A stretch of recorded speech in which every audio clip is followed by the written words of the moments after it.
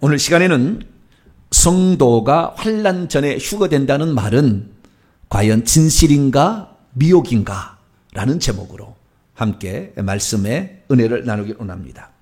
오늘도 거룩한 주일을 맞이해서 예배 나오시고 또 온라인으로 함께 예배드리는 모든 성도들을 사랑하고 축복합니다.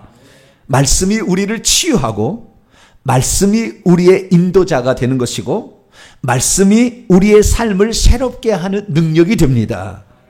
하나님은 말씀하시는 하나님이요, 말씀을 통해서 우리를 깨우시고 말씀을 통해서 천국까지 안내하게 될 텐데, 하나님 말씀이 여러분의 귀한 나침판이 되고 인도자가 되고 등대가 될 수 있기를 축원합니다. 요즘 코로나가 더 심각해졌습니다.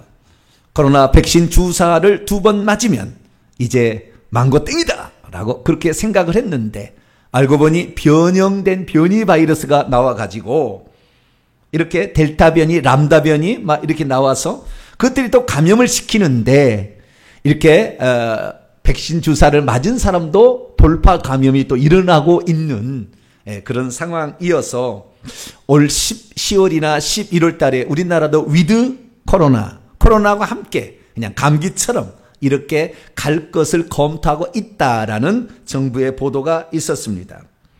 어쨌든 코로나는 우리의 삶을 상당히 위협하고 있고, 특히 서민들의 삶을 더 많이 어렵게 하고 있습니다.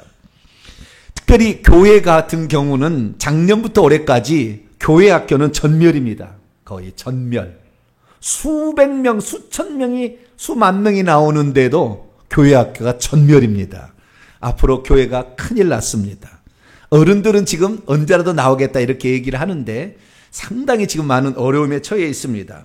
그래서 코로나가 우리가 빨리 떠나가기를 기대했지만, 그러나 또 그 기대가 허물어지고 있는 것이 현실입니다.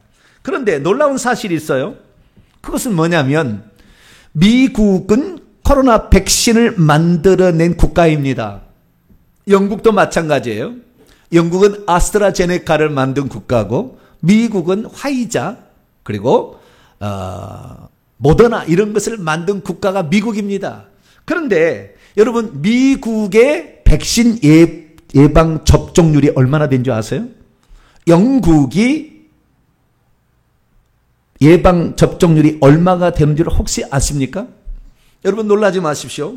미국의 현재 백신 예방 접종률이 50%를 안 넘어갑니다. 49.6%. 왜 그럴까요? 영국도 57.5%, 약간 좀 많습니다.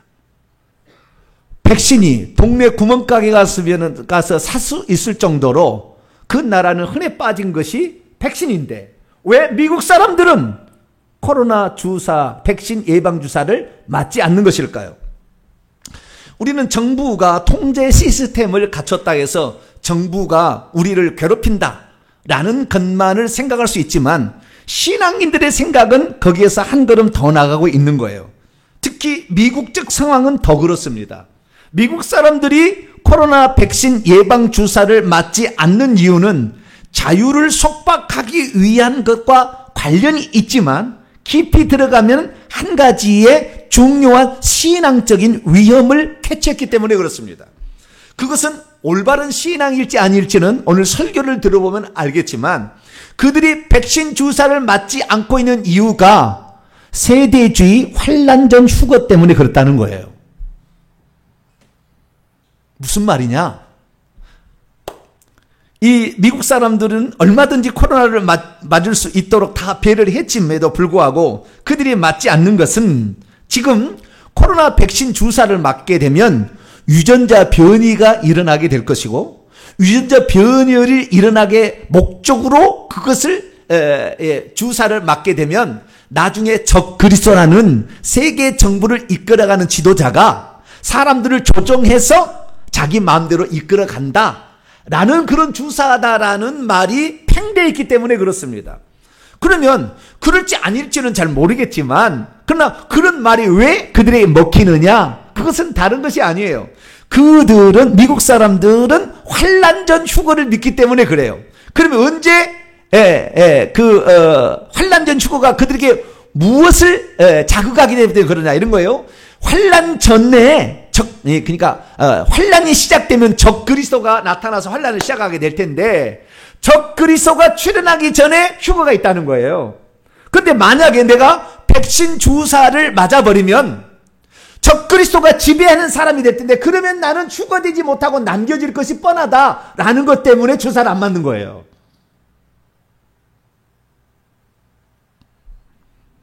우리나라도 현재 그것을 믿고 있는 사람들이 있습니다.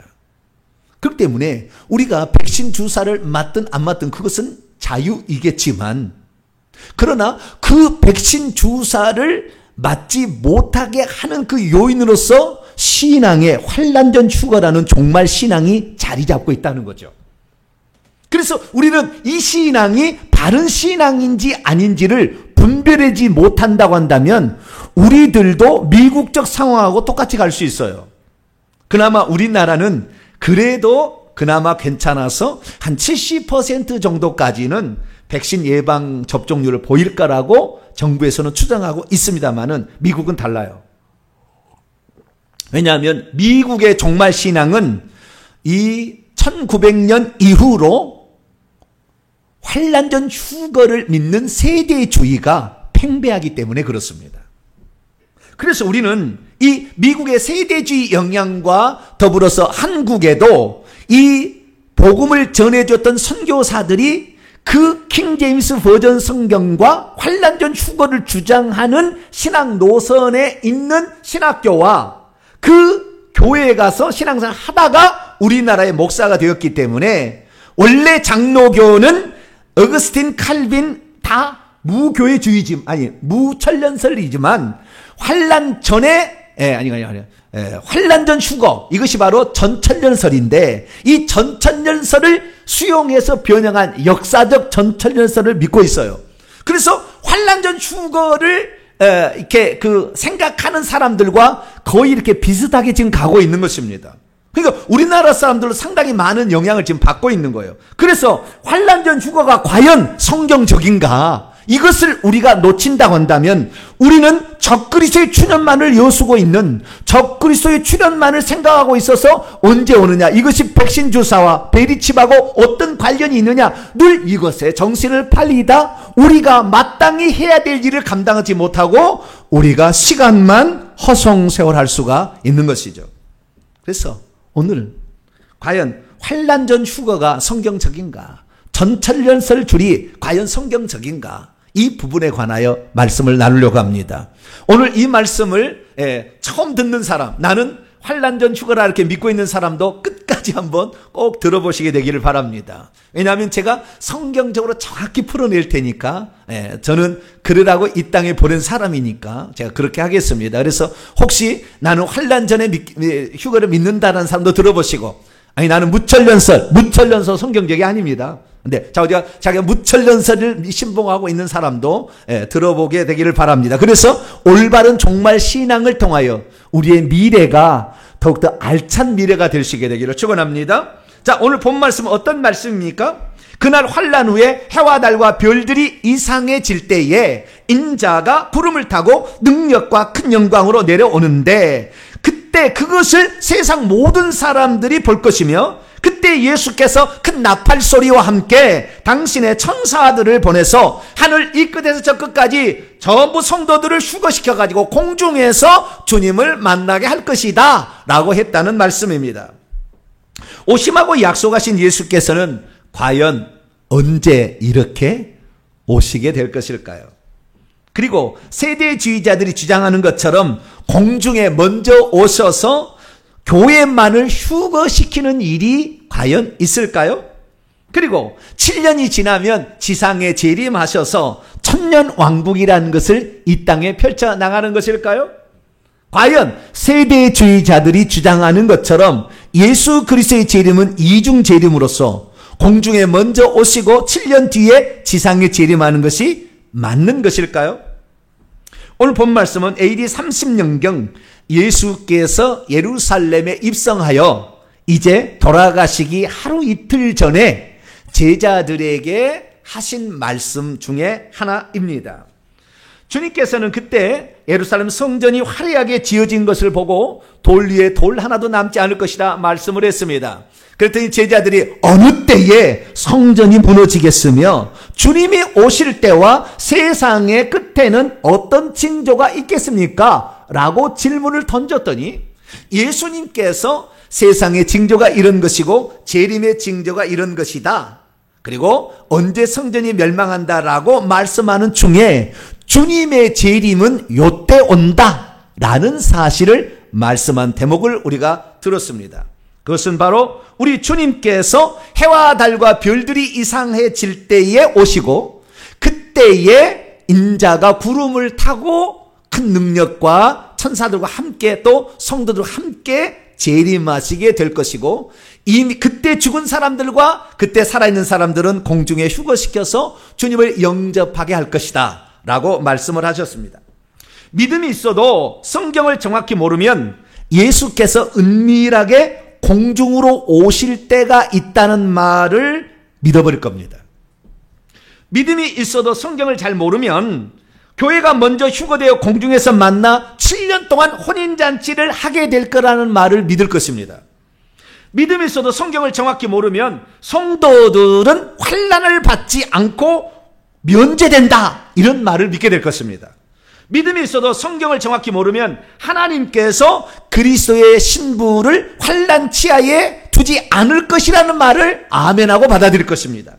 믿음이 있어도 성경을 정확히 모르면 예수께서 공중으로 오시는 것은 비밀이다 라는 말을 받아들이게 될 것입니다. 믿음이 있어도 성경을 정확히 모르면 예수님의 재림은 이중 재림인데 이것이 비밀로 감춰져 있는 것인데 사람들은 잘 모르고 있다 이 말에 속아 넘어가게 될 것입니다. 믿음이 있어도 성경을 정확히 모르면 환난 전 휴거론만 붙들고 있다가 진짜 환난이 닥칠 때에는 그것을 이기지 못해 넘어지고 말 것이며 심지어 주님을 부인할 수도 있을 것입니다. 그렇기 때문에 우리는 종말에 관한 주님의 그 말씀을 정확히 파악해서 주님이 주신 그 말씀대로 믿으심으로 종말을 잘 대비하는 복된 성도가 될 수 있기를 축원합니다. 자, 그러면 과연 세대주의자, 환난 전 휴거론자들이 주장하는 교회가 환난 전에 들림 받는 것일까요? 우리 이 문제를 살펴봐야 합니다. 자, 그러면 주님께서는 이 부활 승천 전에 어떤 일이 있을까 말씀하셨을까요? 자, 먼저 하나의 그림을 봅니다. 이것이 세대주의자들이 주장하는 핵심을 그림으로 표현한 것입니다. 교회 시대가 끝나고 예수 그리스도의 십자가에 죽으시고 부활 승천하신 다음에 교회 시대가 시작이 되는데 그리고 성도들의 휴거가 있을 거라는 거예요. 그리고 7년 대환란이 지상에 펼쳐지게 될 것이며 공중에서는 7년 동안 그리스도와 혼인잔치를 할 것이고 그리고 7년 뒤에 예수께서 그 혼인잔치를 성도와 지상에 강림해서 지상의 천년왕국을 펼쳐나갈 것이다라는 거예요. 자, 그러면 이 교회 시대의 끝은 언제 시작될까요? 예수 그리스도께서 마태복음 24장에 교회 시대가 끝나고 예수 그리스도가 재림할 때의 상황까지 나타날 징조들을 6가지로 요약해서 말씀해 주셨어요. 이것은 반복적으로 일어날 것이며 마지막 6번째는 반복적이 아니고 아마 단 한 번 일어나리라 생각이 됩니다. 그 앞에 모든 것들은 계속해서 반복적으로 일어날 거예요. 첫째는 거짓 그리스도와 거짓 선지자의 미혹이 있을 것이고 천국 복음은 전파될 것입니다. 그리고 전쟁과 기근과 지진과 쓰나미, 전염병으로 사람이 죽어나갈 것입니다. 그리고 예수 그리스도를 믿는 것이 불이익을 당하고 미움의 대상이 되어서 핍박을 받고 심지어 옥에가 지고 죽는 일까지 있게 될 것이에요. 그리고 나서 해와 달과 별들, 해가 어두워지고 달이 핏빛을 내며 하늘의 별들이 떨어지고 하늘의 능력들, 천사들이 흔들리게 될 때 그때 주님이 구름을 타고 오신다. 이렇게 말씀하고 있습니다. 자, 그렇다고 한다면 대체 세대주의가 무엇이길래 사람들은 오늘날에 자기가 깨어있다 생각하는 사람들은 환난 전 휴거라는 것을 믿고 따라가고 있을까요? 그리고 그들이 믿고 있는 건 과연 어떤 것일까요? 우리는 세대주의에 대해서 잘 알아야 합니다. 세대주의는 영국에 있는 성공에 신부였던 존 넬슨 다비가 어떤 자매의 환상을 보고 만들어낸 가설입니다. 그가 근데 미국으로 1900년에 옵니다. 아니, 1900년, 1800년에 미국으로 옵니다. 그래서 결국에 이 미국의 이 세대주의 사상을 전파하게 돼서 1900년이 되면 미국에서 스코필드 성경이 나와요. 스코필드 성경은 존 넬슨 다비가 가르쳐준 그 신학 사조에 의해서 만든 최초의 주석 성경입니다. 그것이 전 미국에 퍼졌어요. 그런데 이 세대주의란 게 뭐냐? 세대를 7세대로 인류의 역사를 구분하게 되는데 각 시대마다 구원의 방법이 다르다는 거예요. 무죄시대 아담이겠죠. 아담. 그렇게 해서 쭉 가서 율법시대 구약이고요. 6번째 은혜 교회 시대가 오고 그리고 천년왕국 시대가 온다는 거예요. 그런데 은혜 시대 교회 시대의 마지막 끄트머리가 7년 대환란기가 있는데 그때의 7년 대환란기 때는 짐승의 표를 받지 않아야 구원을 받는 것이지 예수님을 믿고 회개해서 구원받는 게 아니라 짐승의 표를 받지 않아야 된다는 것으로 표현을 해나갑니다. 그렇기 때문에 지금 적그리스도의 출현과 짐승의 출현을 매우 이들이 두려워하고 있는 것이죠.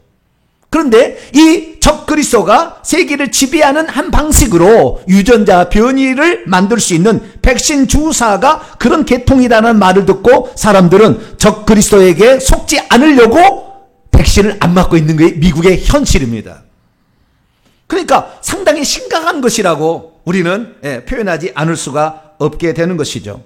그렇다고 하면 이 세대주의들이 말하는 마지막 종말론의 핵심 사상은 무엇일까요? 제가 다 읽어보고 정리를 해봤어요. 2가지로 정리할 수 있습니다. 첫째, 적그리스도의 등장 전에 비밀스러운 휴거가 있다.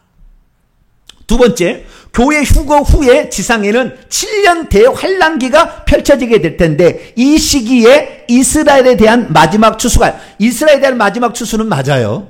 오늘 오후 찬양 예배 때 더 계속 나가겠습니다. 이스라엘에 대한 마지막 추수가 있으며 이것이 끝나면 예수께서 지상으로 재림하시어 천년왕국, 이 땅의 천년왕국을 이룬다라는 것입니다. 여기에 비밀 휴거 7년 대환란 천년왕국은 이것이 그들의 핵심적인 주장입니다.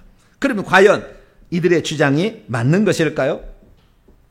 오늘날 세대주의 계열에 서 있는 분들은 환란전 휴거를 믿고 있고 베리칩 종말론 같은 것이 실제 일어날 것이라고 짐작하고 있으며 이스라엘 회복과 지상의 천년왕국이 세워진다는 것을 그대로 믿고 있어서 백투 예루살렘이라는 BTJ 열방센터 이런 것들은 그 사상에 입각해 있는 것이고 인터넷에 보면 예적 선한길 그런 거 있잖아요.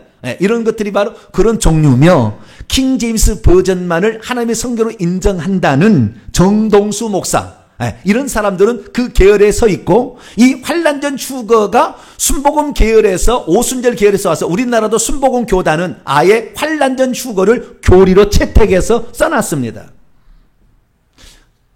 오늘 혹시 순복음 교인들이 저희 설교를 안 들을지 모르겠는데 끝까지 들어보시기를 바랍니다. 그렇다고 한다면 이들 세대주의자들이 주장하는 그 종말론은 어떤 것일까요? 제가 요약을 해봤더니 한 6가지 정도로 요약할 수가 있습니다. 이들은 이것 때문에 환란전 휴거를 믿습니다. 이것 때문에, 이 주장 때문에. 그래서 제가 6가지, 물론 많은데 핵심적인 것을 제가 이렇게 요약을 해본 거예요. 첫째, 다니엘의 70일의 마지막 한 일의 7년이 인류의 역사의 마지막 시기에 도래할 것인데 그때는 이스라엘 백성의 마지막 추수 기간이 될 것이므로 그 이전에 교회는 사라져야 하는데 자리를 비켜주는 방식이 교회의 휴거라는 것이다 라고 그들은 말하기 때문입니다. 그래서 7년 대환란 전에 교회 휴거가 있다라고 주장합니다. 두 번째, 요한계시록의 말씀에 따르면 교회는 환란으로부터 면제받는다고 나와 있는데 그 교회가 환란으로부터 면제받는 것은 교회가 휴거되는 것으로 실현될 것이다 라고 주장하기 때문입니다. 세 번째는 요한계시록의 말씀을 살펴보면 미래에 될 일을 소개하고 있는 요한계시록 4장부터 20장 사이에 교회라는 것이 영어라는 말이 에클레시아, 교회라는 말이 영어가 등장하지 않는 걸 보니 이미 휴거되어 없기 때문에, 공중에 있기 때문에 지상에 펼쳐지는 이런 일들에 교회라는 용어가 등장하지 않는다. 그렇기 때문에 교회로 휴거되는 것이 맞다라고 말하는 것이고요.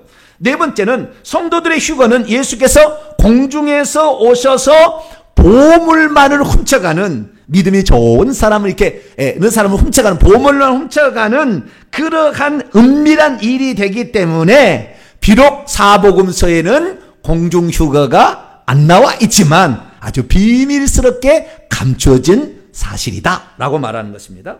다섯 번째, 데살로니가 후서 3장 13절과 유다서 1장 14절에 하면 주님이 재림하실 때에 천사들만 데리고 오는 것이 아니라 성도들도 데리고 온다고 했는데, 지금 성도들이 다 무덤에서 잠자고 있고 예수 재림 때 심판날을 기다리고 있는데 언제 그 성도들이 있느냐? 그러기 때문에 환난 전에 교회 성도들을 먼저 휴거시켜야만이 예수님이 재림할 때 그 성도들을 데리고 올 수 있다. 그러기 때문에 7년 환난 전에 휴거가 맞다. 이렇게 주장하는 것이고요. 여섯 번째, 맞는 것 같아요? 다들 고개를 그럴 수 있지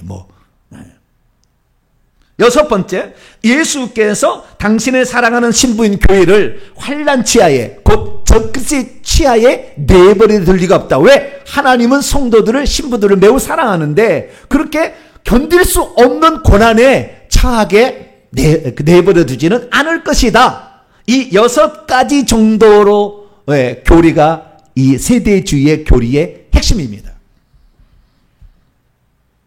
이 설명을 듣고 일어나면 얼마나 좋은지 몰라요. 그래, 하나님이 이렇게 우리를 사랑하셔가지고 그 어려운 시련과 고난에 나를 내버려 두지 아니하고 나를 미리 잘 들어올려서 주님을 영접하여 주님과 혼인잔치를, 너무 좋아, 너무 좋아.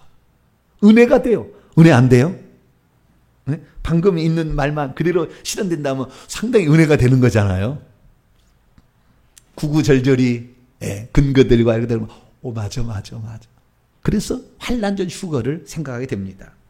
그런데 문제는 무엇입니까? 누가 교리로 그렇게 얘기를 했다고 해서 따라갈 것이 아니라 진짜 성경이 그렇게 말씀하고 있는지, 헬라 원문이, 문맥이, 예수 그리스도의 가르침이 지금 말하는 거가 일치하는 것인지를 살펴봐야 되는 거죠. 우리 교회에, 전 세계에 수백만 명, 우리나라 70만 명의 인구를 구원받게 한 그분이 얘기했으니까 맞을 것이다 라고 따라갈 것이 아니라 그것이 과연 예수 그리스도께서 그렇게 말씀하셨는가를 정확히 살펴봐야 되는 것이죠. 왜 그러셨습니까? 예수님께서 종말의 징조를 말씀하실 때 맨 처음 말씀하신 것이 너희가 사람의 미혹을 받지 않도록 주의하라. 사람의 가르침이 너희에게 미혹이 될 수 있다라고 말했기 때문에 우리는 무조건 받아들일 것이 아니라 그것을 분별을 해야 된다 그 말이죠. 마태복음 24장 24절에도 마지막 때가, 더 마지막 때가 가까우면 거짓 그리스도들과 거짓 선지자들이 일어나서 할 수만 있으면 택하신 자들도 미혹하게 될 것이라고 말했기 때문에 우리가 누가 얘기했다, 어떤 교리가 그렇게 나왔다, 그 다음에 미국의 주류 종말 사상이 환난전 휴거다, 그래서 따라갈 것이 아니라, 독일은 그거 아니에요. 미국이 그렇다는 거예요. 근데 우리는 미국 선교사들이 왔기 때문에 그 많은 영향을 받은 거예요. 그래서 그것이 맞는 것인지를 우리는 살펴보아야 되는 것입니다. 그래서 사도 바울이 이 데살로니가 전서에 예수 그리스도의 재림을 학수고대하고 있는 데살로니가 성도들을 향하여 데살로니가 전서와 후서를 썼습니다. 그래서 종말론 공부를 하려면 데살로니가 전서와 후서가 바울이 쓴 종말론이다, 이렇게 신학교에서 배웁니다. 그래서 그 종말론을 듣고 당장 주님이 재림할 줄 알고 막 흔들렸던 자들을 위하여 데살로니가 후서를 다시 쓰게 되는데, 데살로니가후서 2장 1절에 이렇게 조심할 것을 말합니다. 주 예수 그리스도께서 오시는 것, 강림하신 파루시아와 우리가 그분 앞에 모이는 것에 관하여 혹시 영으로 무슨 환상을 봤다, 영으로 뭐 들었다, 또는 말로 어떤 가르침을 받았다, 또는 어떤 글로, 편지로 이렇게 받았다는 것 때문에 쉽게 흔들지 마라. 주의 날이 그래서 이른 것이 아니다. 그렇기 때문에 정확히 분별해야 된다고 우리에게 분명히 말씀하고 있기 때문입니다. 저와 여러분은 누가 이렇게 얘기했다고 해서 그냥 믿을 것이 아니라 성경에 특별히 예수님께서 무엇라고 말씀하셨는가, 사도들은 어떻게 말했는가를 정확히 알고 문맥을 무시하고 그냥 구절들을 뽑아다가 어떤 맞춘 짜집기 하는 것에 속지 말고 온전히 하나님의 말씀을 이해하여서 종말의 때를 정확히 분별하고 나갈 수 있게 되기를 축원합니다.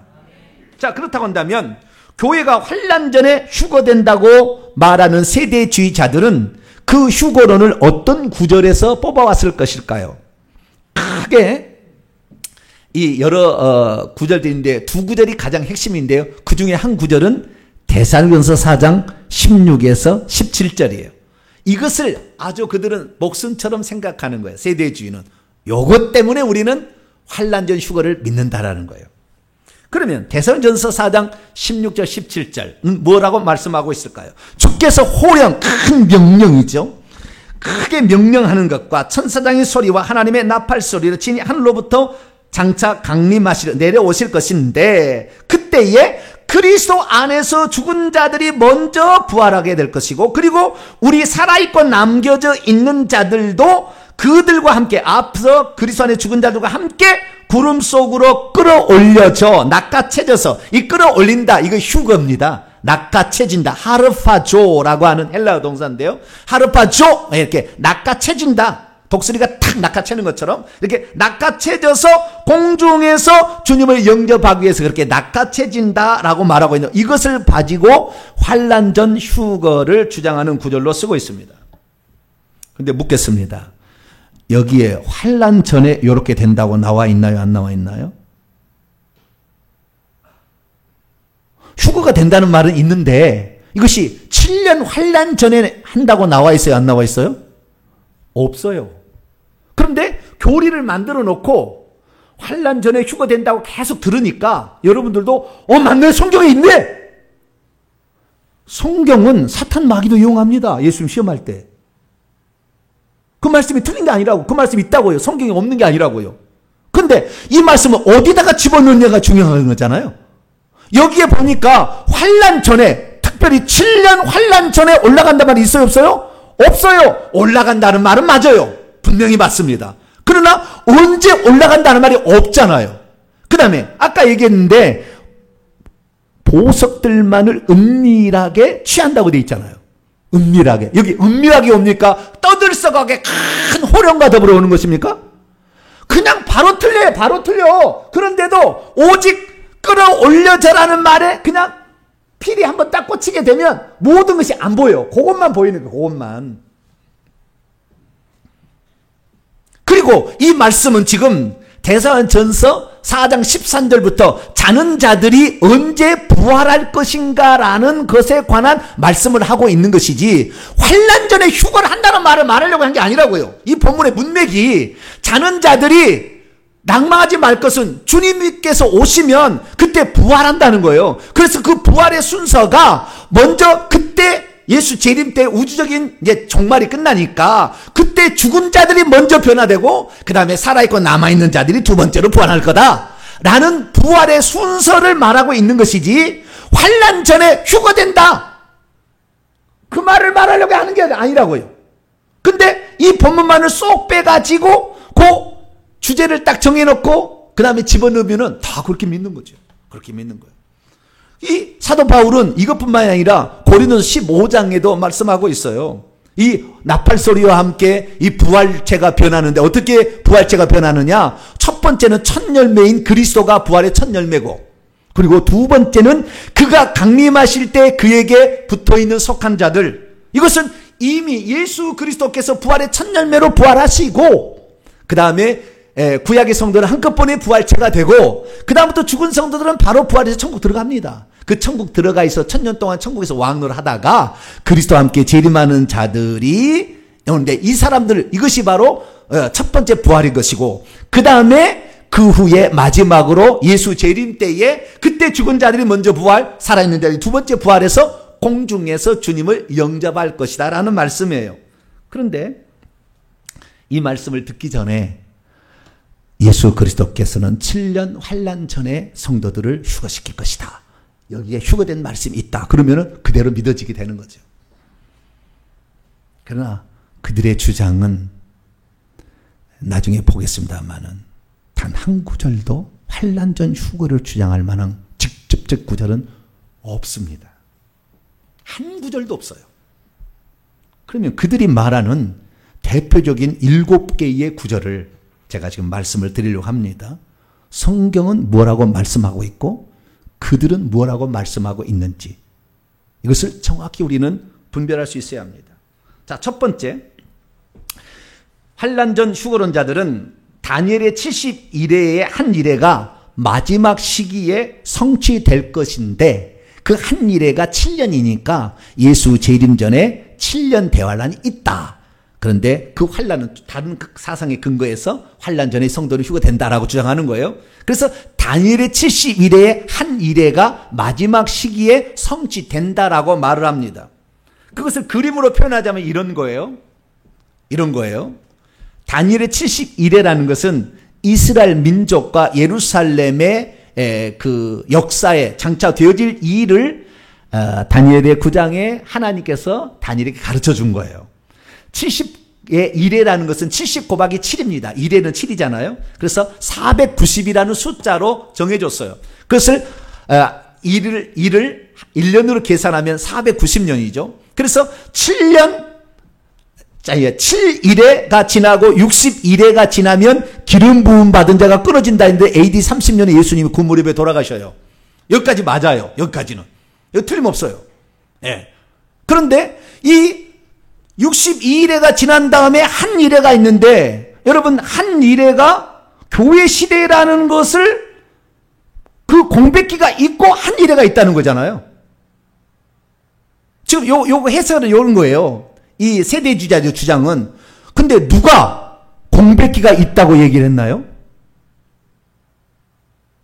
다니엘서 9장에 공백기가 있다고 나올까요?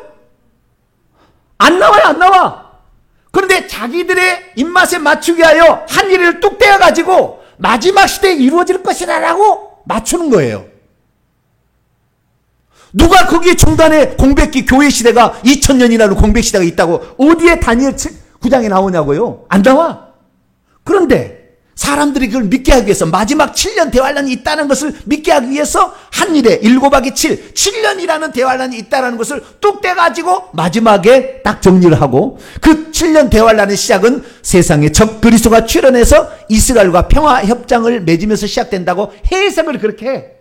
이 부분에 관하여 1시간의 설교가 있어야 돼요. 해석이. 그건 다음에 또 하도록 하고. 그런데 이렇게 하는데 이것은 자의적인 해석이다.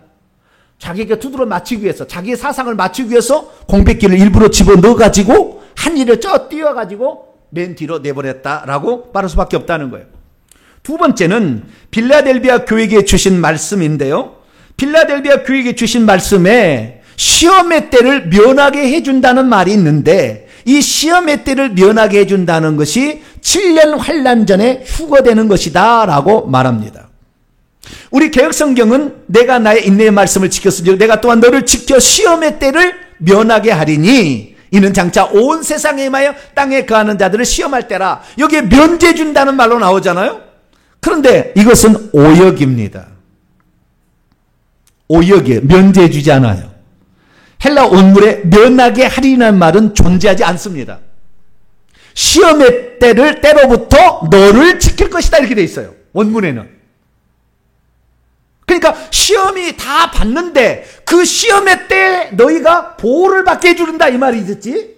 시험의 때부터 면제해서 공주로 훅딱 그냥 올려가지고 면제 안 받게 해준다는 말이 아니라 시험을 다 봤는데 그 시험을 통과 이겨낼 수 있도록 믿음을 주든지 부인하지 않도록 성령의 충만을 주든지, 자주가 너를 지켜서 너의 믿음이 떨어지지 않도록 그 시험에 넘어가지 않고 끝까지 믿음을 지킬 수 있도록 해 주시겠다라는 영적 보호의 약속인 거죠. 그런데도 이것을 어떻게 해요?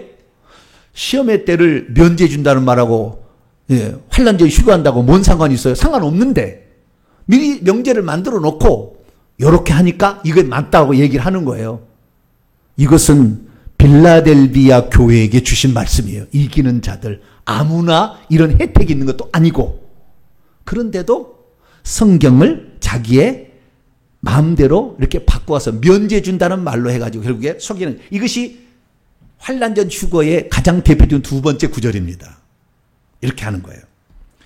세 번째는 장차 되어질 일이 기록된 요한계시록 4장과 20장에는 이미 교회는 휴거되었기 때문에 교회라는 용어가 등장하지 않고 있다. 그러니까 이미 교회는 휴거된 것이다 라고 주장을 하는데요. 그러면 이렇게 생각을 해봐야 돼요. 반대 논리로 한번 얘기해 보겠습니다. 자, 이 땅에 교회가 없기 때문에 교회란 용어가 없는 거지. 교회는 있어요. 근데 그들의 말대로 해봅시다. 이 땅에 있는 자들을 향하여 교회라는 용어가 아직 쓰여지 않았기 때문에, 다 천국에 가 있기 때문에 없다고 한다면, 그러면 천국에 들어간 사람을 묘사할 때는 교회라고 묘사를 해야 되잖아요. 그런데 요한계시록 4장부터 20장까지는 단 한 번도 교회라는 용어가 안 나옵니다. 천국에 있는 성도를 묘사할 때. 역시 마찬가지예요.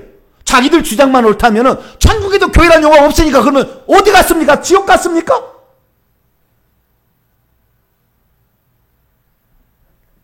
얼마나 웃긴 논리를 하는지 몰라요.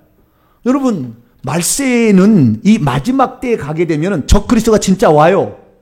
무천년설이 틀린 거예요. 적그리스도가 진짜 옵니다. 그때 적그리스도가 와서 성도들을 핍박해서 죽이게 돼서 순교자의 숫자가 차게 될 텐데, 그때가 되었을 때에 성도들이 함께 모이는 것은 너무 어려워요.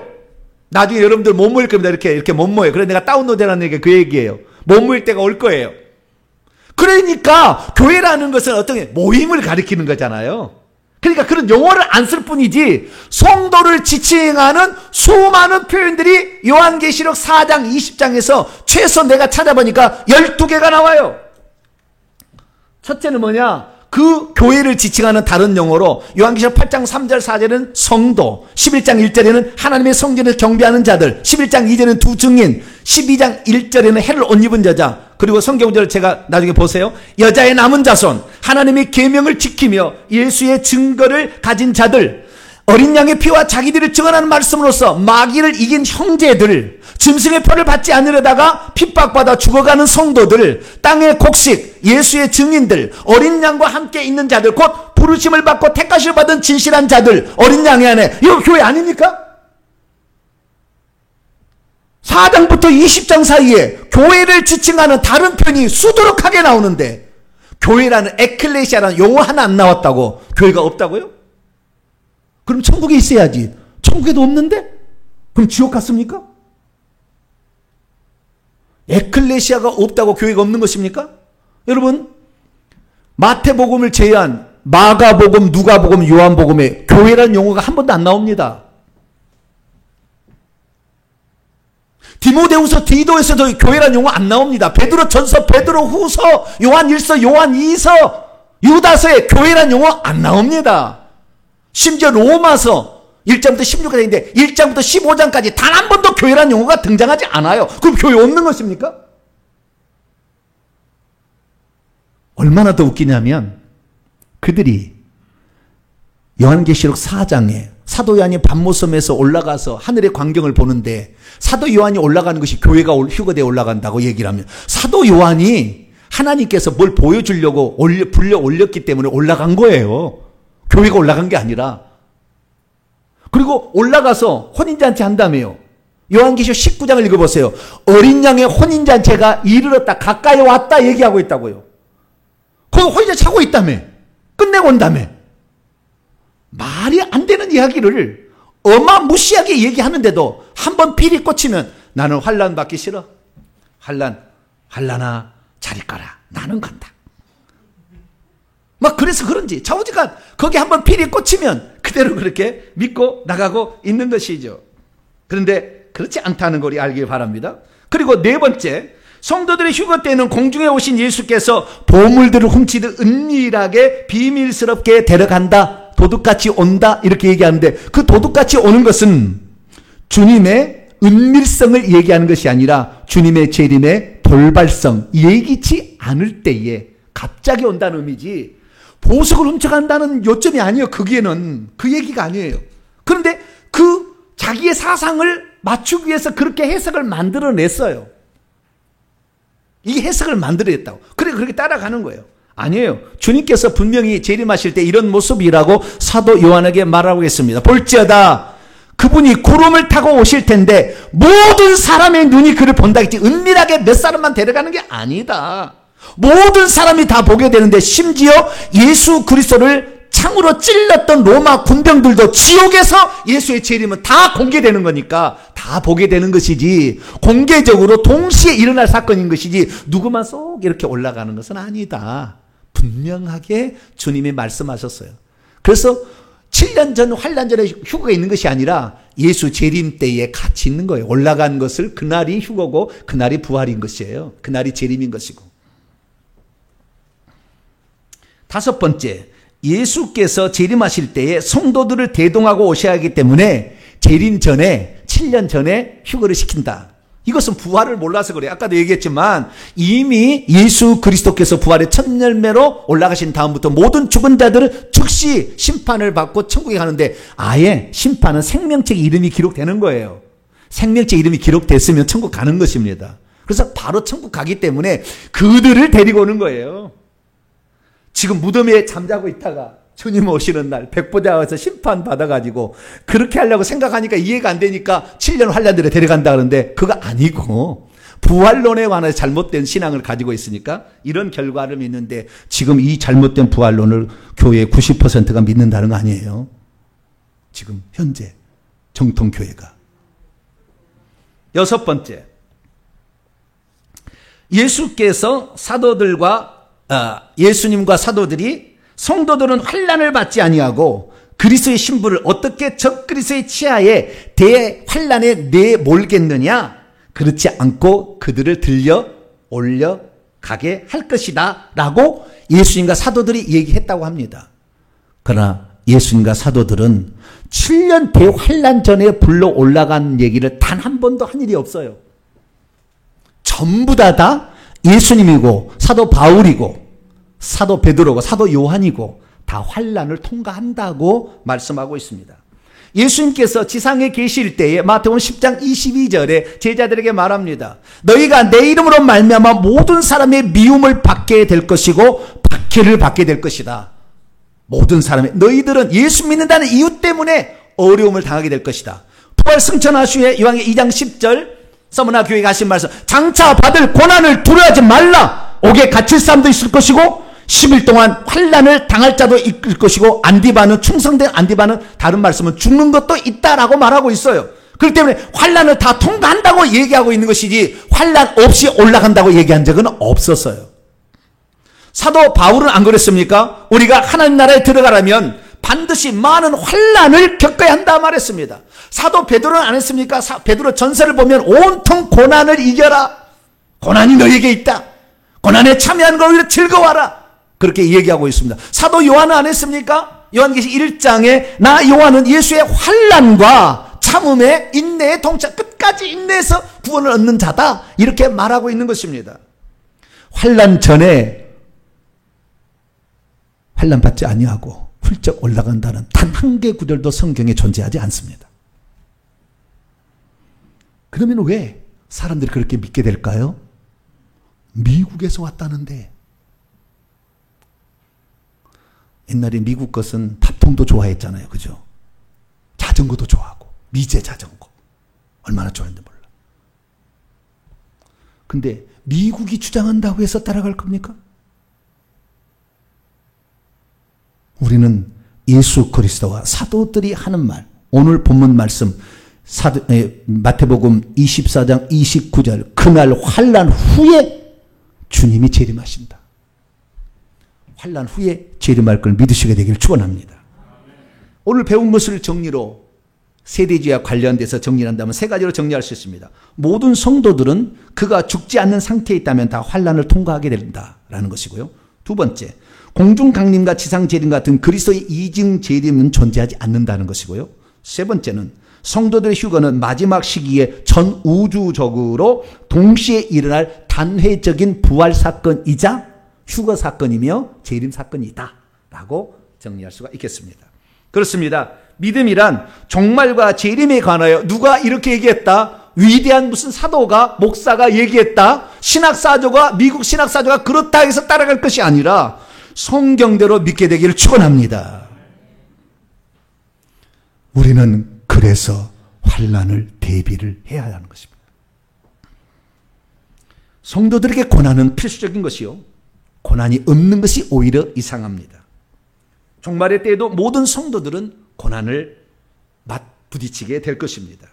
그래서 우리는 끝까지 견뎌야 합니다. 그래서 그 목숨을 바쳐야 합니다. 지금 아프가니스탄 이미 탈레반이 접수해서 지금 예수 믿는 자들을 색출하고 있습니다. 10,000명 정도가 기독교인이 있다고 하는데 핸드폰을 뒤져서 외국에 연락하는 번호가 있으면 그 앞에서 총살시켜 죽이고 있습니다. 다 죽일 거예요. 여러분, 그런 현장이 아프가니스탄만 있을 거라고 생각하지 마십시오. 앞으로 언젠가 우리에게 닥칠 수도 있습니다. 그렇기 때문에 내가 오늘 말씀을 준비하고 미리를 대비하고 성령을 충만하고 기도를 해서 이걸 대비하지 않는다면 우리는 그 순간에 주님을 모른다고 부인할 거예요. 자, 지금까지 했던 모든 선교를 다 집어치우고 한 가지만 질문을 던지겠습니다. 나는 환난 후에 온다고 환난을 대비한 성도가 있다고 합시다. 환난을 닥치면 올 것이 왔구나 하고 가겠죠. 그런데 환난을 받지 않냐고 훌쩍 올라간다고 생각했던 사람에게 진짜 환난이 오면 이 사람이 과연 끝까지 믿음을 지킬까요? 상식적으로 생각해봐도 우리는 이제 미래를 대비해야 합니다. 우리의 시대는 우리에게 얼마 남지 않았습니다. 여러 가지 징조들이 그걸 말해주고 있습니다. 여러분들은 고난을 두려워하지 마십시오. 고난의 그 현장에서 우리는 찬송을 부르며 주님 나라 갈 수 있다는 것을 믿으시기 바랍니다. 오히려 그 순간에 하늘의 평안이 올 것을 믿으세요. 15분에 목을 자르는 순간이 온다 할지라도 찬양하면서 목이 떨어지는 그 순간까지 주님을 생각한다면 생명의 면류관이, 충성의 면류관이 우리를 대비해서 영원한 기쁨으로 우리가 안겨질 날이 있기 때문에 끝까지 잘 믿음을 지키는 복된 성도가 되기를 간절히 바랍니다. 거룩하신 하나님 감사합니다. 오늘 환난 전 휴거를 믿는 사람들이 대한민국의 70%라는데 주여, 우리가 거기에 혹시 우리 주님을 사모함이 지나쳐 잘못된 길로 갔다면 오늘 말씀을 통하여 환난을 다 통과한다는, 환난 후에 주님이 오신다는 단회적인 재림을 정확히 믿고 환난을 대비하는 성도가 되게 해 주옵소서. 우리 주 예수 그리스도의 이름으로 기도하옵나이다.